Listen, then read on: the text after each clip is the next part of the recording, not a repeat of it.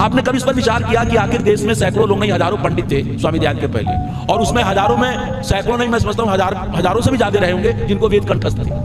आपने विषय आज का रखा वैदिक राष्ट्र। वेद जिनको कंठस्थ थे वो क्या कर रहे थे? वो तो वैदिक राष्ट्र की बात क्यों नहीं सोचे पंडित?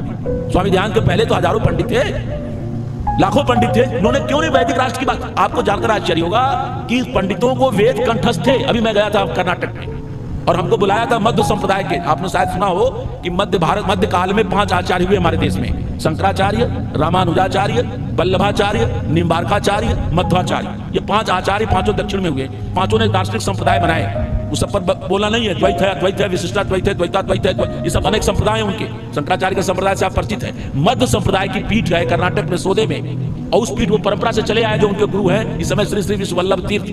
मैं वहां गया, पता लगा कि उस संप्रदाय के सबसे बड़े पीठ के जो आचार्य हैं वो 300 बच्चों को भोजन, वस्त्र, आवास सारी व्यवस्था देते हैं। उनका काम है वेद पढ़ना। हमने बच्चों को देखा, उसमें 8 साल 7 साल से लेकर के 25, 30, 35, 40 तक के ब्राह्मण हैं उम्र के, कुछ बूढ़े भी हो गए जो पढ़ाते हैं। 300 से ज्यादा लोग हैं, सबको वेद कंठस्थ है। किसी को यजुर्वेद कंठ है, किसी को ऋग्वेद कंठ है, अलग अलग ग्रुप बना हुआ है। कोई अथर्ववेद का सौनक शाखा कंठस्थ कर रहा है, कोई पैपलाद शाखा कंठ कर रहा है, कोई नारायणीय शाखा कंठ कर रहा है सामवेद का, लेकिन किसी को भी वेद के एक भी मंत्र का अर्थ मालूम नहीं।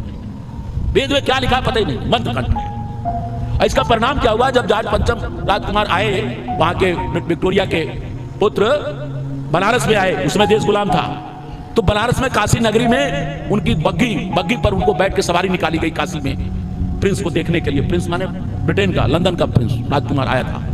आप देखो पंडितों का कितना दिमाग, क्या कहें, उसके लिए शब्द हमारे नहीं निकल रहे हैं व्याकरण पढ़ने के बाद भी कि क्या कहें उन पंडितों के लिए। घोड़े लगाए गए थे, उस रथ को घोड़े, 4 घोड़े थे और रथ बना था, बग्घी कहते हैं वहां पर, और उस रथ पर प्रिंस बैठा था, कोचवान बैठा था।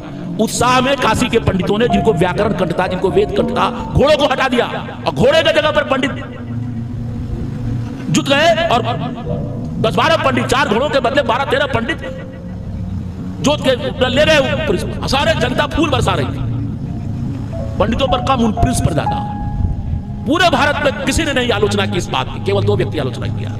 एक लाहौर आर्य समाज का प्रधानमंत्री लाला साईं दास, उसने अखबार में लिखा, ये बड़े शर्म की बात है कि काशी नगरी जो धर्म की नगरी कही जाती है, वहां वेद के पंडित और शास्त्र के पंडित वो प्रिंस का घोड़ा हटाकर घोड़ा बनकर जुट रहे हैं। इस देश में इससे बड़ी खराब स्थिति क्या हो सकती है? और दूसरा व्यक्ति आलोचना करने वाला था तो सावरकर था, स्वतंत्र वीर विनायक दामोदर सावरकर। इसने कहा इससे बड़ी दुखद बात क्या हो सकती है?